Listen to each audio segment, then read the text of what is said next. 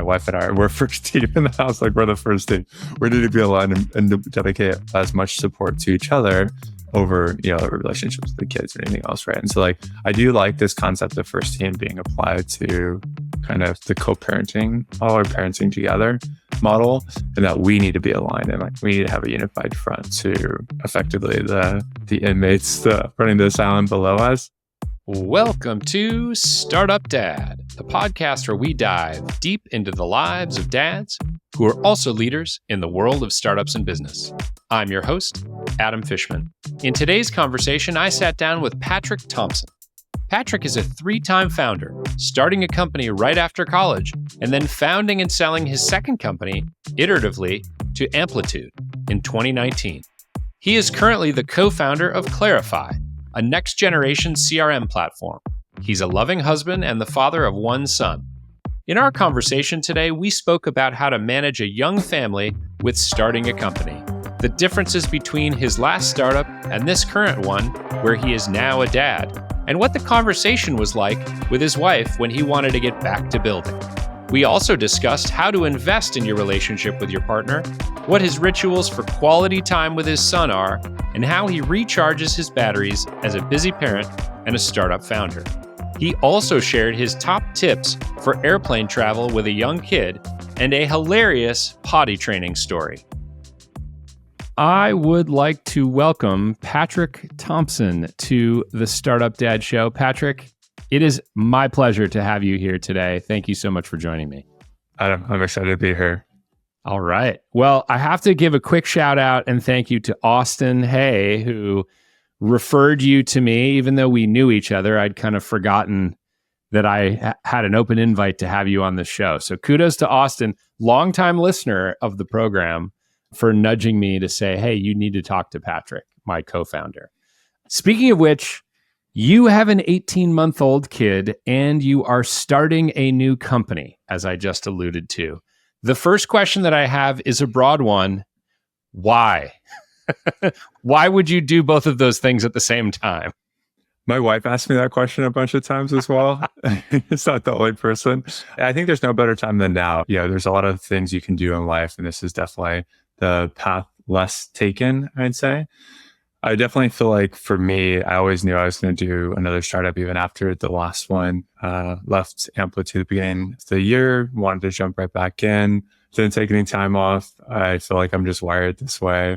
I like building companies. I like working with small teams, like that 0 to 1 journey as much as I can. And I feel like now is the right time to do that. All right. Well, we're going to dive into family life in a bit. But the second thing that I was really curious about is, this is not your first rodeo. Your last company was actually acquired by Amplitude and you went and worked there for a while. So this is the second or third company that you founded, but I would imagine that life outside of work is a little bit different now than it was maybe right out of college or when you did your second startup. How has that caused you to approach building your company maybe a little bit differently this time around? Like, how does this differ from your last startup?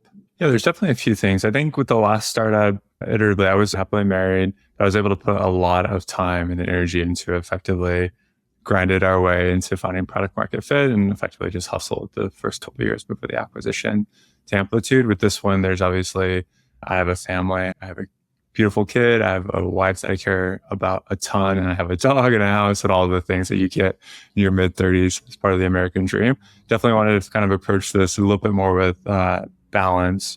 I really enjoyed actually Siki's podcast that you all had about the conversation around work-life balance. Is something that I've thought a lot about going into the startup. I tend to find that when I'm happy at work, I have a very flourishing life outside of work. When I'm happy outside of work, I tend to find that I'm doing well career-wise. It's really hard to say, hey, work-life balance and being a startup founder. I think for me, I just want to give everything my all and be a great husband, a great father, and a great teammate for my co-founders and the team that we have here at Clarify. And it's sometimes hard to have it all, have your cake and eat it too. I think the things that I really think about is just checking in with myself to understand where my energy is at. It's not necessarily managing my time, but managing my energy and finding ways to really recharge the batteries. So just got back from Hawaii where I co-worked with one of my co-founders last week. It's a great way to recharge the batteries. I find ways to spend quality time with my wife. It's a great way to make sure that our relationship is really flourishing. And vice versa with our kid, I tend to try to find rituals I can go spend time with him to make sure that I'm being a very present dad and not an absentee father. Well, we're going to dive into all of that stuff, but I want to hit the time machine real quick. Where did you grow up and what was life like for you growing up? And maybe most importantly, what were you like as a kid? I grew up in Southern California. My mom was a nurse. My dad had his own general construction company, swung a hammer. Effectively, I did that most summers, I'd say, my teenage years as well, going into college. Southern California is a great place to grow up. I didn't really know a whole lot about, I'd say, venture capital or the tech industry. I was pretty much secluded from that. The only thing I really did was just play sports. That was like kind of my life, the early stages of development. Did Boy Scouts as well. And that definitely kind of solidified a lot of the work ethic and how I kind of have a really strong relationship with nature these days as well. I ended up moving to San Diego for college. And from there, effectively got into computer science and then transitioned over into business administration. I was traveling pretty much every year. I was a Division I athlete, played football in college. That was a great experience. Loved it. I ended up stumbling into tech. I'd say a very non-traditional path to more things like conversion rate optimization, SEO, SEM, web analytics, doing more experimentation. And that's kind of what got me into technology, user research. I'd say like my parents really instilled a lot of discipline when it came to hard work. For me, school wasn't necessarily easy, but I got good grades, but I definitely had to work really hard at it when I saw a lot of people who I think just weren't very naturally gifted at it or it came really easy for them. I grew up actually with a learning disability. So for me, like even reading and math up until like third and fourth grade was extremely challenging. And then I found ways to work around it and effectively overcome a lot of those challenges. And that kind of, I feel like for me, instilled a lot of that discipline, I'd say, at an early age. And then when it came to being kind of multifaceted, I really wanted to be a great athlete. I wanted to be good at school. I wanted to make sure that I had great friendships growing up as well. So really tried hard across all three of those avenues. And I still think today, I think about that a lot when it comes to how I try to be a little bit more multifaceted into what I do outside of work as well. Strangely, have interviewed a lot of college athletes, some even professional athletes on this show, multiple football players. Yeah. It could be the audience of people that I'm interviewing that just like, there's something in the wiring of what it takes to be a competitive athlete and what it takes to start a company. But do you think that's true? Do you think there's sort of either how you're wired or kind of the things that you learned in athletics helped mold you into a competitive startup founder? For sure. I mean, we used to have the saying, if you don't grind, you don't shine. There's nothing in life is ever easy, right? And so you, as an athlete, you're typically having to wake up at 5:30 every morning to go to gym. You have probably 6 to 8 hours of commitments per day just for athletics, let alone the academic side of that. Yeah, it's not easy to be a Division I athlete, regardless of what sport you play. I was an offensive lineman as well, which is like the grittiest position I feel like to play in football.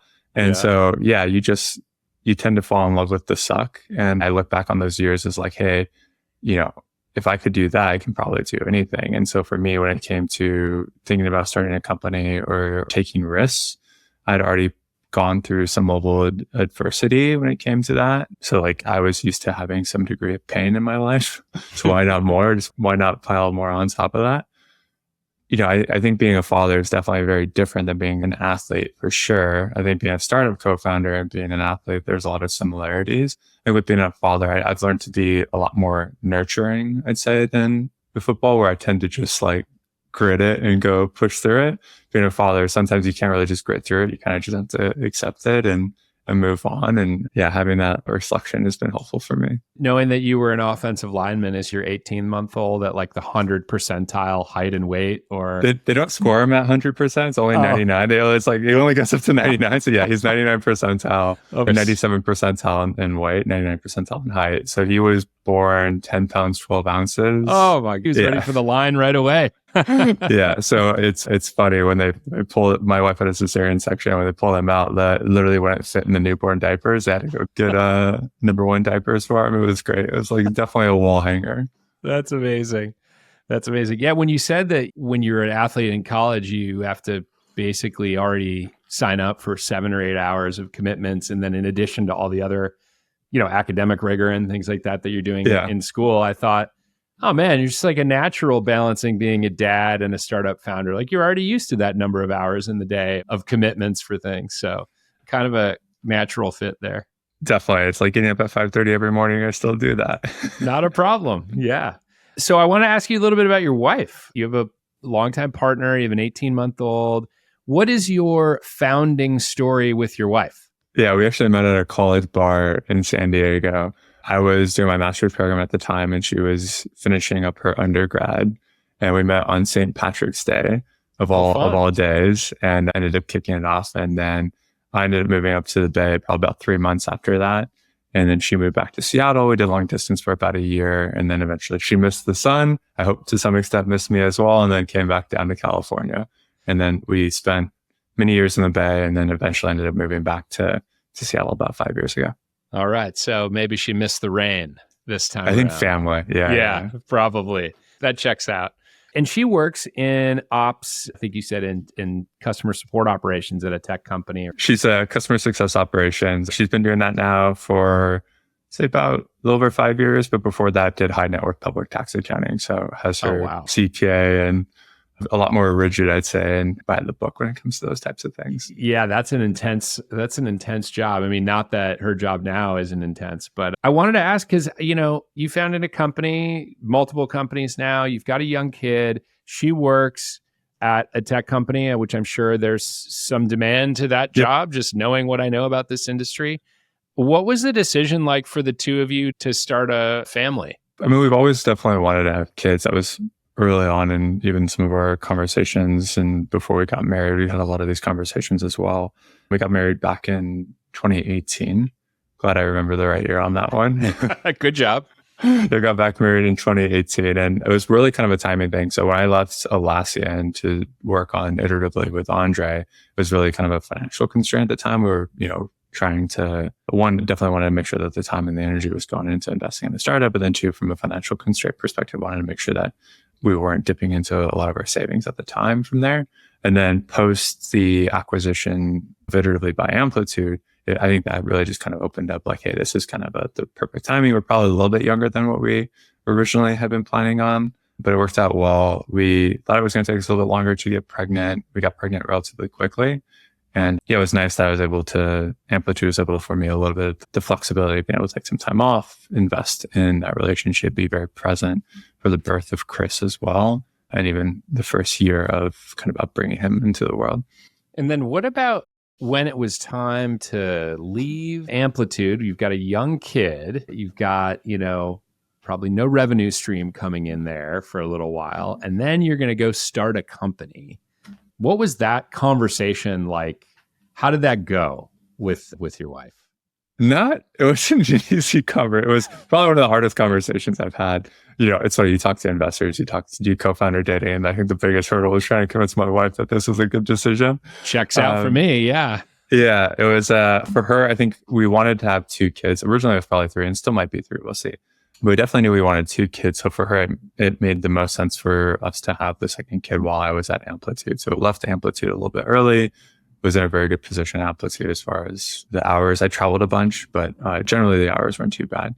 And stress level was relatively low comparatively. And so for her, it was like, why don't we just stay and have another kid while you're at Amplitude? And for me, it was like, yeah, but this is like a year of like the prime years working in tech with this whole, we're definitely on this huge wave in my mind when it comes to AI and things that are being unlocked right now within the industry. And so definitely didn't want to miss that when it came to working on the next startup.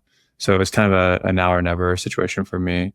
I very much am an all-in type person where it's like if I make my mind up, it's really trying to figure out like how to go get it done. And so once I had kind of like made up my mind up, she just was like, okay, like it's probably easier just to get on the boat and then go on this than to fight you tooth and nail. She still looks at me funny every so often. And so like every couple of weeks, she looks at me like, is this the right decision? I was like, in generally, but she sees how happy I am with the work that we're doing, the team that we're building, with the problems that we're solving. And it's tangentially related to her own industry. So she has some interest in it as well. What you took away from Siki's interview is this idea of work-life balance is not really as we thought it was. And so like, if you're not happy in the thing that you're doing, it's probably hard to bring the energy home, right? And be For sure. great at home. But if you're energized with what you're doing at work, and I heard Amada Kund from Mercury said this exact same thing. Yeah. What gives you energy that you can then bring home to your family and vice versa? And so it sounds like you made the right call there. Yeah, I couldn't be happier at this point. It's like a very different spot, just headspace wise than where I was, I'd say 9-12 months ago. Did you write your wife an investment memo or put together a PowerPoint presentation or Google Slides or something like that? So I've been thinking about this for about 18 months. So she very much, and it's funny, I talk to people all day long. I'm not the most communicative person at home. So usually I'm tired of talking. So a lot of this was like with her, it was mostly her talking to me about the problems that she faces within her role as well. And kind of unpacking a bit of the RevOps function at the company that she works at. And so I was like, yeah, all those problems that you talk about at your company, yeah, we're solving a lot of those with this new startup. She's like, oh, okay, I get what you're doing. So that was actually kind of a nice thing, is that it was kind of related to the space that she's in from that perspective. I did share the deck with her. I shared all the information that we had from investors, and she was very much kind of brought along on that journey. But the last start of it's funny, we were living in a 1-bedroom apartment at the time, and my office was like squarely in the center. So every single call I had, she could hear. This time around, we're in a bigger house. It's like my office is upstairs. And so, yeah, a little bit more disconnected, I'd say, from the actual company building part of this one. But yeah. Yeah, the first one, she was co-founder by proxy, just by osmosis. I love that also that you were basically conducting customer discovery on your wife for 18 months. Last 5 years, essentially. Yeah, five years, because that's how long she's been doing this. Speaking of which, how do you invest in your relationship with her? What's important for you? Great question. I think one of the pieces of feedback and advice I actually got from somebody a few weeks ago that really stuck with me was like this whole concept of when you walk through the door, you kiss your wife first, right? Not your kids. You don't pick up your kids and give them a hug. You kiss your wife first. And that was like an interesting way for me to think about it, because a lot of the times it's like when I saw our kid or anything, I'd be like, I'd run and give them a hug. It's like, I love them so much. Like, no, actually, it's my wife comes first here. If you think about like the whole like evolution of like, hey, kids going off to college, it's like, I want to make sure that we have a very strong relationship for after that chapter of our lives together as well. So like, I've been thinking a lot more about how we think about our relationship together. Typically the things that we do really well. So we take time away from Chris, and I have great parents-in-law who live close by, so they'll watch them and we'll go do like weekend trips together. We travel a lot as a family as well. So when I'm unplugged, I'm unplugged. And so, we can take a 3 to 4 day vacation. We'll go do something, and I'm pretty much offline that entire time. I'm spending time with the wife and the kid. But I think definitely having trips with just my partner has been very beneficial to our relationship, and times to have conversations. And the more, I'd say, frequently we have dinners together. So we'll just drop the kid off, or we'll have a nanny come over and watch the kid during dinner, and then we'll go out for a meal or go see a show together. And that's been really nice for us. We try to practice, I'd say, more proactive communication. I definitely say that's an area that I can improve on. She's probably going to watch this podcast and just give me shit. So I have to like hold myself accountable to that. But yeah, proactive communication would be good. And just like talking about how we're feeling to each other and being very open and honest about that. The other thing I realized is that like when I'm not feeling good, I'm very communicative about that. My wife never really raises the white flag and says, hey, I need a break actually. So that's one of the things that I'm looking for more, is like signals from her on how she's feeling, so I can step in or can give her the support that she needs. But yeah, definitely think that that's an area of opportunity for me.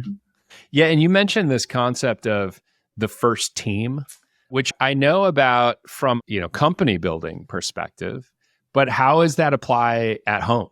Yeah, it's funny. We're going through this exercise back at Amplitude around first team. And I really liked in the context of like, okay, cool. Like my wife and I, we're first team in the house. Like we're the first team. We need to be aligned and dedicate as much support to each other over, relationships with the kids or anything else. Right. And so like, I do like this concept of first team being applied to kind of the co-parenting, all our parenting together model, and that we need to be aligned and like we need to have a unified front to effectively the inmates running the asylum below us. And we'll see how that works. I think it's a concept that she and I have chatted a bit about, and I found has been extremely helpful in the context of work in the past. And so with us, it's like, hey, we just need to be on the same page about how we communicate, what are some of the principles at which we operate around, what are some of the rituals or things that we hold dear to each other. And again, it's communication is very key to any relationship, including raising children together. One thing I wanted to ask you, this is going back to, you mentioned, traveling with your wife. You mentioned also doing little family trips.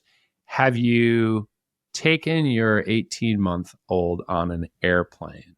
Oh, he's got a frequent flyer number. Wow. So what are your door-busting tips for keeping an 18-month-old or younger, I don't know, entertained on an airplane?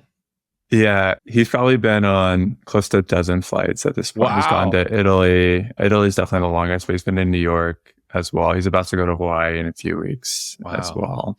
And California, Austin, a bunch of other places. I think definitely like running, like getting them their energy out before getting on the plane is the best thing you can do. Timing the flights to kind of coincide with nap time is also a really good thing to do. So we're trying to book flights where we know he'll be tired and sleep, especially on the international flights. One thing I've realized internationally is that, specifically when we travel to Europe, is that it's just, there's more systems in place to support parents. Like you have separate lines for parents. Everyone's very accommodating. Everyone's very understanding, which is just not the way it is typically here with domestic travel in the US. It's funny. The one thing I think we waited to do too long was actually purchasing a travel stroller. So I'd be lugging all the bags, plus the stroller, plus the car seat. And that was just a pain in my ass. Now we have a great travel stroller. We have a great car seat that goes with it and just makes life a little bit easier.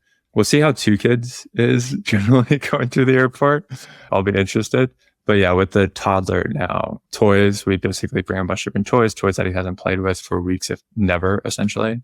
We bring a ton of snacks. Basically, again, he's like 99th percentile in weight. So as long as we feed him, it's effectively entertainment, which I have mixed feelings about, but that also works really well. So yeah, we basically are all hands on deck during a flight just to keep him quiet and entertained and happy. One, not obviously for his sake, but also for the sake of others around us. Yeah, a lot of what you said really resonates with me. I have photos of me looking like Dad Sherpa in the airport with just like bags strapped to every appendage on my body.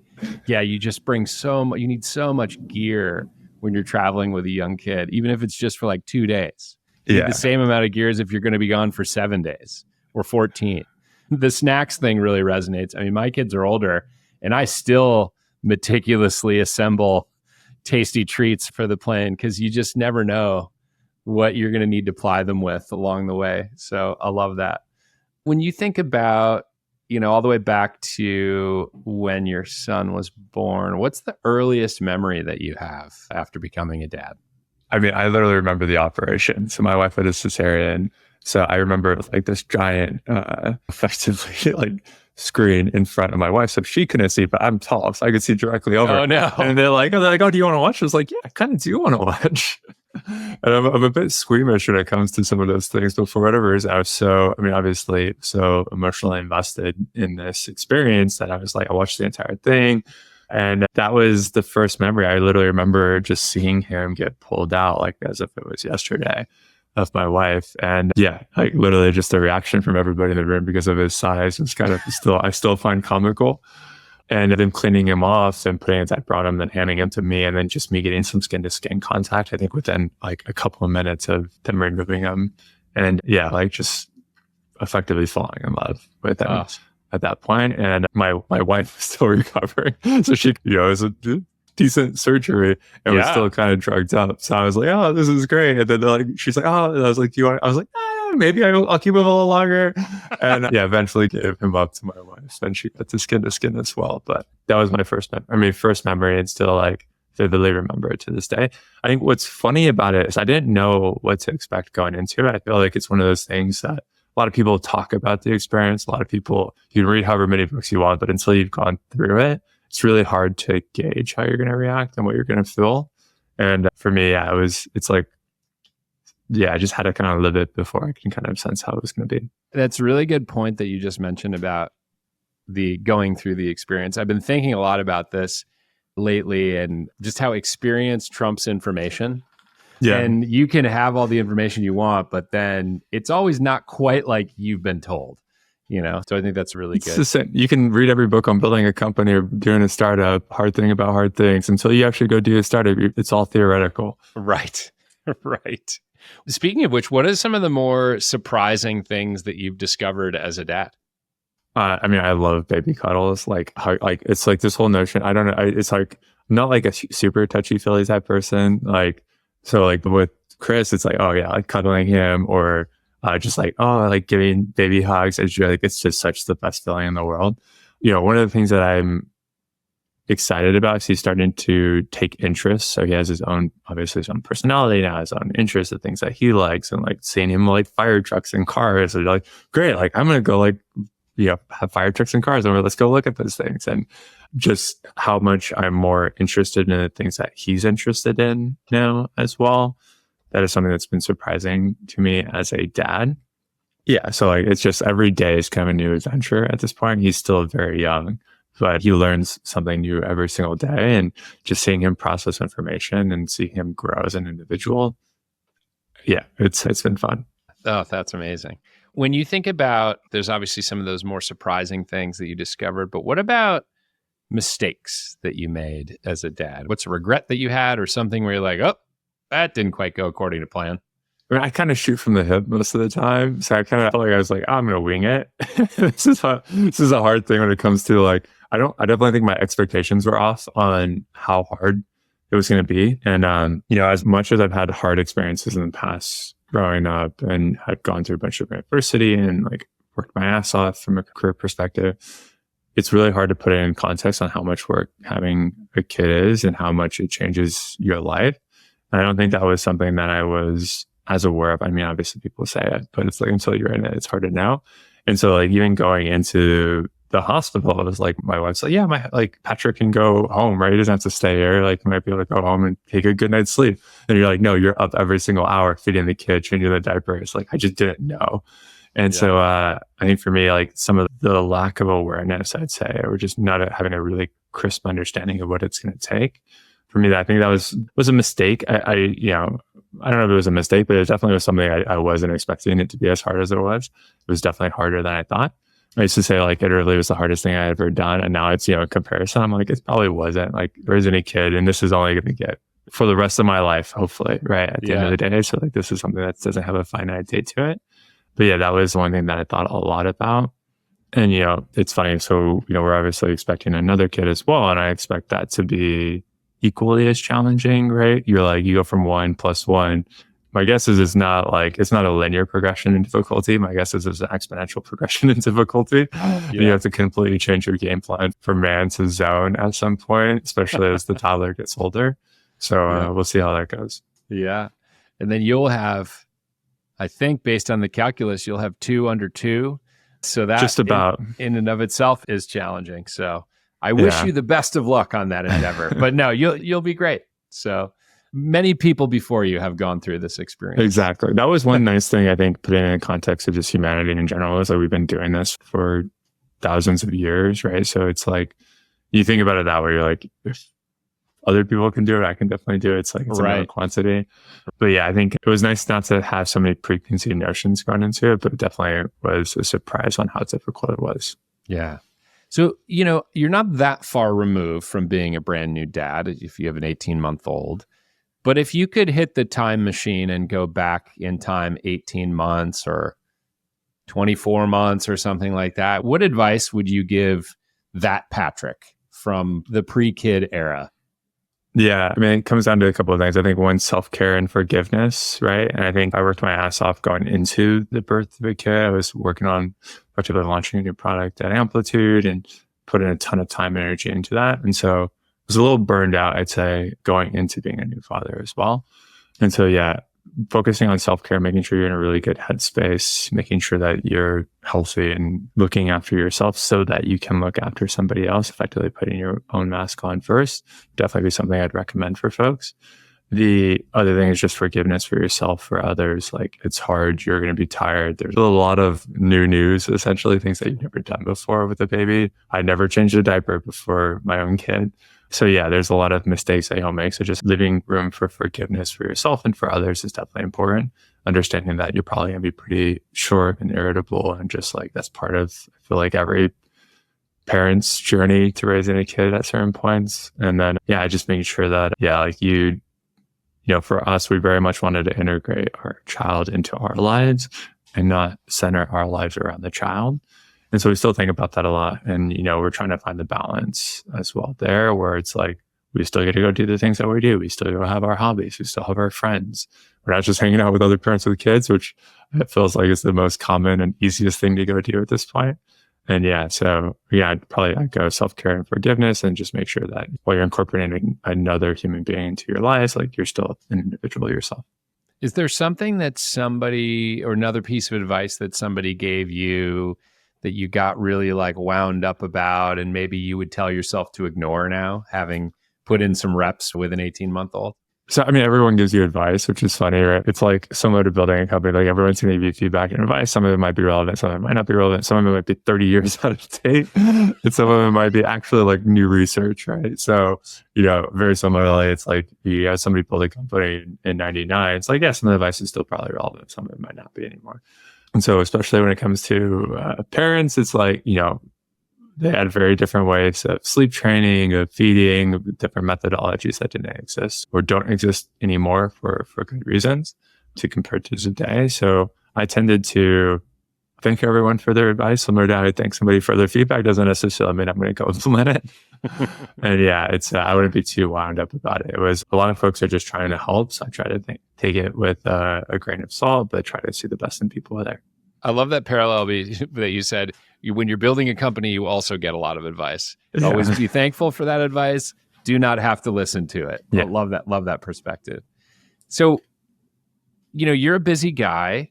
And one of the things that you mentioned is that it is really important for you to have rituals and defined quality time with your son. So what are the rituals that are important to you and your family? There's two things that are important to me. I traveled a lot for work last year. So I was gone 3 months at least on the road. Wow. At Amplitude during the first year of his life. And so for me, when I was at home, it's like, I very much want to be like, and travel a lot less now, still travel a bit. And when I'm at home, I want to be the first person he sees when he wakes up. So like as soon as he wakes up, starts crying, it's like, great, okay, you're not going to go back to sleep. I'm there. And I pick him out of his crib, I give him a hug, I change his diaper, I give him a kiss. And then for there, it's like I bring him down, make him breakfast, and so my wife can get ready, do her thing, but I'm with the baby at the time. And then at night, it's like, great, 5:30 rolls around. I check offline for a bit. I go have dinner with the family, make dinner, do the dishes, hang out with Chris as best I can. And then we do bath time together and put him to bed. There's a lot of that includes story time and reading books. So I love reading books to him. He loves books. He loves cuddling on the bed before we put him down. And so these things are a little more sacred to me, I'd say now, than especially this time around, because like there's always more work, right? There's an endless amount of work for a startup. And I definitely don't want to miss these moments. And I want to think of them as pretty sacred. And like, yeah, I might miss dinner once a week if I have an event that I need to go to or something to do. But otherwise, if I'm home, I'm there. I'm not at my computer. I can always come back online. I do come back online afterwards, but those things are sacred to me. Yeah. And then do you have to, as a founder, you probably have to put in some time on the weekends. So what is sort of the way that you prioritize or manage weekends? Yeah. My wife and I we sometimes do effectively take shifts on the weekends. So if like both of us need to work, like she'll take the morning shift, I'll take the afternoon shift, and then I'll work in the morning, vice versa. But we always tend to have at least one day on the weekend where we're all together as a family. We'll go on a walk, we'll go on a hike, go walk around Seattle, especially in the summer now. It's beautiful here. So it's actually more compelling reasons to go out and hang out as a family outside. Mm-hmm. So we always typically have some event that we go do, invite people over for dinner at night. And then the other day, typically Sunday, we'll work a little bit. And that's been pretty helpful because it's an easy way for me to get some extra hours in on the startup. But it also means that I feel like I'm not missing something that I otherwise would be missing, or putting in a couple hours here, a couple hours there, but not making the progress that I'd want on the startup as well. You seem like you might be a frameworks guy. So I wanted to ask, because you worked in product for a while, so you've got to be a frameworks guy. Have you developed any particular frameworks or guardrails for parenting? It's funny. I'm so type A at work. I have all the frameworks. I love frameworks. The Atlassian team playbook was my favorite thing at Atlassian, and I use a lot of those rituals outside of that now. So if you ever want to race or daisy it up with me, I'm like, that's my thing. But it's funny. outside of work, I'm more laissez-faire because I'm so typically structured in many of the hours of my day that I spend working. Typically outside, I tend to be a little bit more hands-off. My wife tends to also take more of an active role in a lot of the planning and responsibilities there, and I'm more of a passive role. I'm sure there's going to be times where that has to switch, but I typically go along for the flow. I also know the things where I can be helpful and the things where I'm less helpful or it causes conflict. So I tend to kind of just fall in line there. But yeah, as far as frameworks, I think the other thing that we tend to do a little bit differently is instead of being so rigid with nap time or feeding schedule or exactly like the macros of all the food that Chris eats, we tend to just like read our baby. Yeah. Or it's like, what does he want? Is he tired? Is he hungry? Does he want to play? Does he want some solo time? Does he want to watch Bluey on the weekend? We tend to read him a little bit more and understand him as an individual and then try to kind of apply our parenting style to that versus us just being like, this is the way it is. You have to do these things.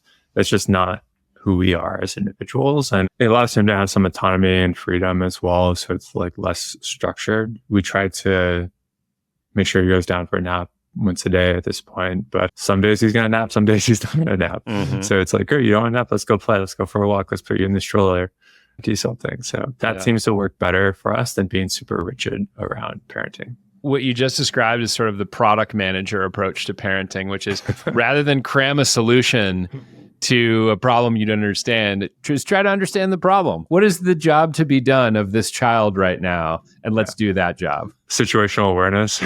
Exactly.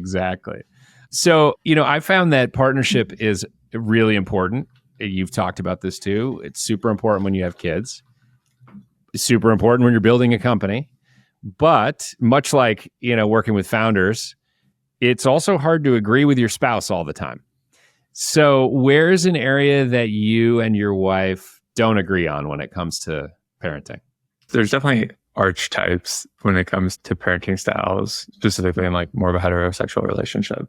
And I think with us, like I had a dad who was a disciplinarian, so I don't want to be the disciplinarian, mostly because that was my experience growing up. So I definitely think as he gets older, I'll be interested to see how that unfolds. But like for me right now, like I tend to spoil our kid, like sweets, playtime, you name it. I just want to like show him a ton of love unconditionally. I just like love on him as much as I can. And my wife's a lot more of the like, okay, like, hey, don't do that. We don't bite, we don't hit. I'm like, I'll just play with him, throw him up in the air. And like, we'll wrestle and do all those things now. And so I tend to fall into that role, good or bad. I think my wife wishes that it's a little bit more even, probably maybe in the future. But right now, I definitely feel like I get in trouble because I tend to spoil them. But yeah, the other thing that we didn't really agree on going into this was more around education. So my wife grew up going to private school her entire life. I grew up going to public school up until university. And so for me, I was like, yeah, like public school. Like I learned a ton. I can make friends with pretty much anybody. I have a very diverse friend network. And I tended to have a very, I wouldn't say distasteful opinion of private school growing up. I definitely feel like folks weren't as well-rounded or didn't have as much exposure to the real world or what I would have called the real world. And so like, I think that was definitely one area that we had some conflict on. But at this point, it's like, I know how to pick my battles and this is a battle that I'm not going to win. So I'm not going to fight it. And yeah, my assumption is that our kids will go to private school growing up. Know when to hold them and know when to fold them. Exactly. I play poker all the time. And unfortunately, I do bluff every so often. This is one where I think my wife called my bluff. I love that. Turns out she's the better poker player. Yeah. So your entire life has been built around technology. You've started 3 companies, you've worked at a bunch, you invest in some tech companies. So you could say that's a cornerstone of your life, your career. When you think about the relationship that you want your son, your eventual kids, plural, to have with technology, what is that relationship? Yeah, it's funny. Like once you know how the sausage is made, sometimes you don't want to eat the sausage. I think this is one where as a parent, I'm definitely a little bit more paranoid or concerned about just things like social media in general. Like I will probably be the dad that has like a pretty good firewall set up and parental controls on the network effectively going into our house. Yeah. And specifically, I just want to make sure that our kids are safe. Right? Like that's, I think, what most parents care about. I had a very good relationship with technology growing up myself, right? Like I didn't have my first computer until I think I was probably 11 or 12 years old, but I got really into video games and like spent a lot of time doing that. But I felt like it was a very healthy relationship that I had. So for me, it's like, I don't want to take away the opportunity for our kids to interact with technology or limit their use of it. I just want to make sure that it's done in a very proactive way. So when it comes to things like learning a foreign language, I think there's a great opportunity for technology to find in there.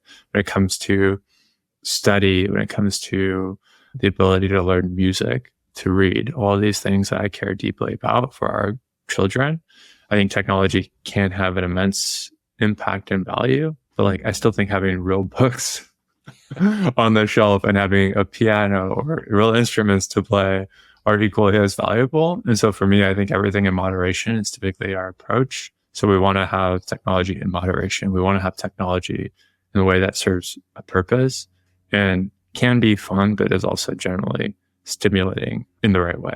I love that perspective. I like the moderation approach there. What is something that you had to give up when you became a dad? I feel like being a dad gets you really good at prioritization and getting things done that would typically take you a long time and a very little amount of time. And so I think you get really good at being like, okay, like this might not be A+ work, but I don't need A+ work. It could be B+. So I still do a lot of the things I did before being a dad, just not as much, as an example. Like I still hang out with friends, just not as much. I still fish, just not as much. And when I do, I appreciate them, I say a little bit more. I think that's part of the moderation angle as well, right? It's like, I don't want to necessarily give up all the things that I enjoy in life. I still want to be able to have hobbies. It's just, how do I think about, I don't need to be the best fly fisherman in the world. I don't need to be the best skier in the world. Whereas previously I would have wanted to like master the subject, right? I want to be like, how do I be the best fly fisherman? And that's not the case at this point. Like, I just do it because it's fun, not because I need to be the best at it. And I mean, the thing that I probably do the least amount now that I used to do is I just don't watch TV shows. Like if I'm going to watch anything, it's a movie, and it's like usually like once a week on the weekend with my wife. Otherwise, I just don't have time.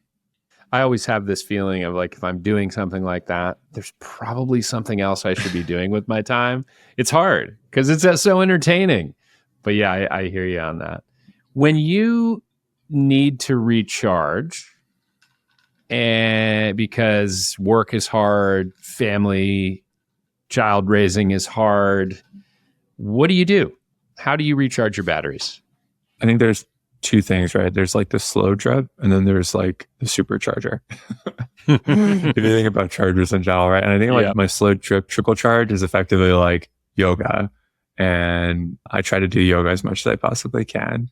It usually happens to be like 2 or 3 times a week, but that's a good way for me to just keep my mental sanity and health in a good position. And then, as I mentioned, like I like just spending 1 day a week to kind of unwind and not do anything and not really think about anything other than just hanging out with my family. And then I'd say like every couple of months, just having a trip that we can go on that just effectively allows us to reset the batteries. That's effectively like the supercharger for me, like travel, quality time with the family. And right now I feel like we have a relatively good balance of that. Like we have a bunch of vacations scheduled up where it's like every quarter we can go on a trip for 3 or 4 days. And I feel like that gives me something to look forward to and helps break up a lot of the monotony I feel like that you tend to fall into as a parent as well. You've gone on a bunch of trips with your son and your wife. What's been the family favorite so far? Italy was really cool. We've done Italy before, but Italy this last year, we did the Dolomites with their son, had him on the backpack, just walking around, doing a lot of hiking. That was pretty cool. Yeah, I think Italy, it felt like it's just a very easy country to travel with a child in. My wife's Italian Croatian, and so like a bit of history there as well. Yeah, we just had an amazing time. And like the hotels that we stayed at, they have it figured out. They have players for the kids. Like all the waiters are very accommodating in the restaurants you go to.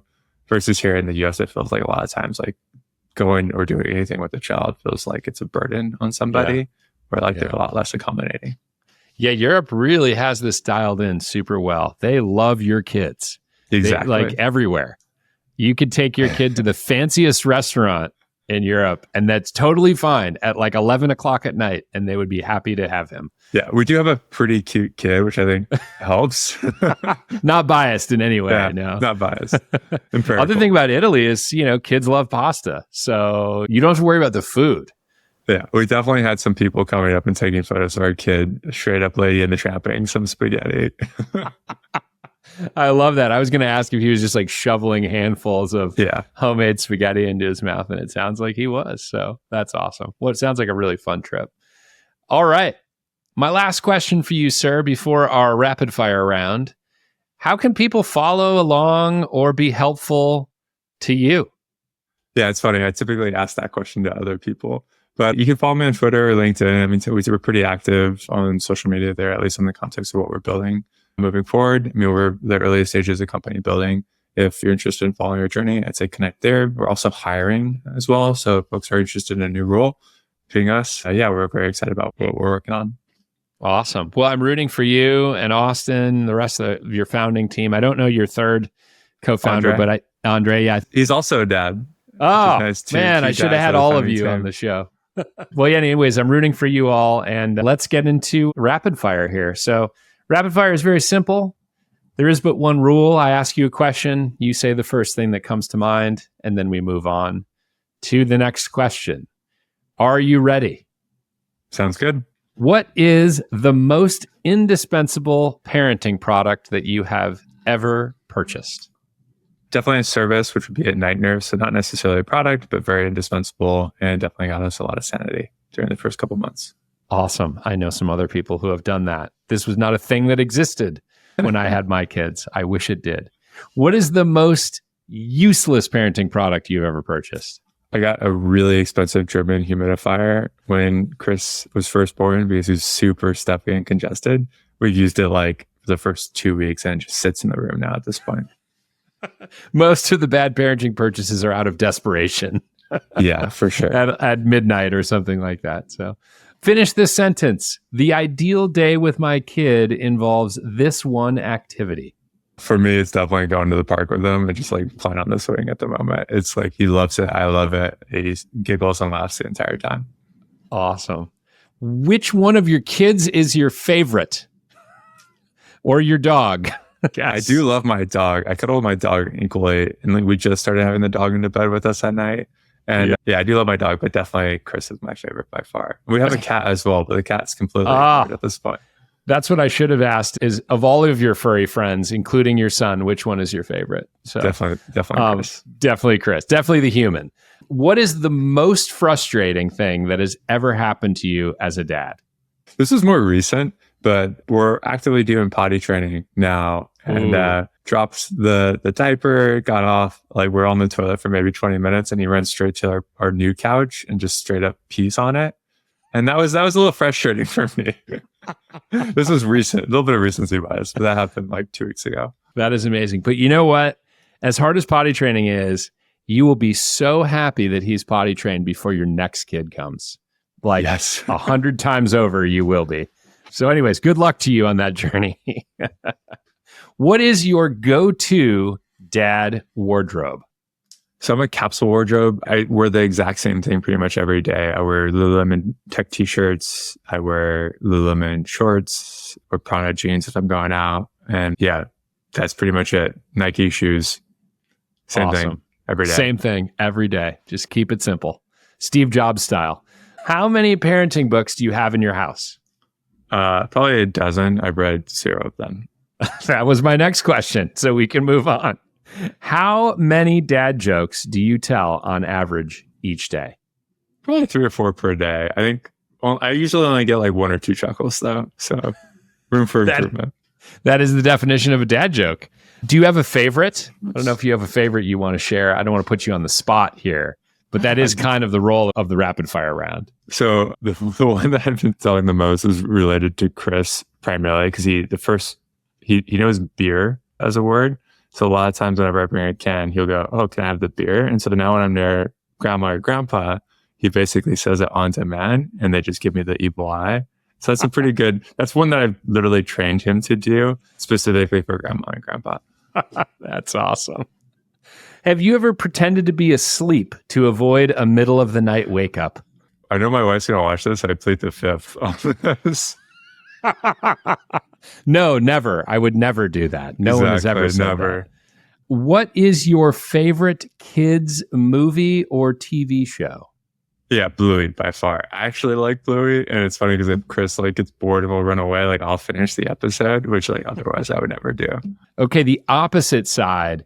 What is the most painful or difficult kids' TV show that you've ever had to sit through? We kind of refuse to let him watch Cocomelon at this point. I think I don't know if that one comes up with folks, but like I was like, okay, like interesting. Let me like see what this is all about. And I was just like, no, can't do it. That's an example. I think Cocomelon holds the prize for the most often cited terrible TV show on this podcast. So, yeah.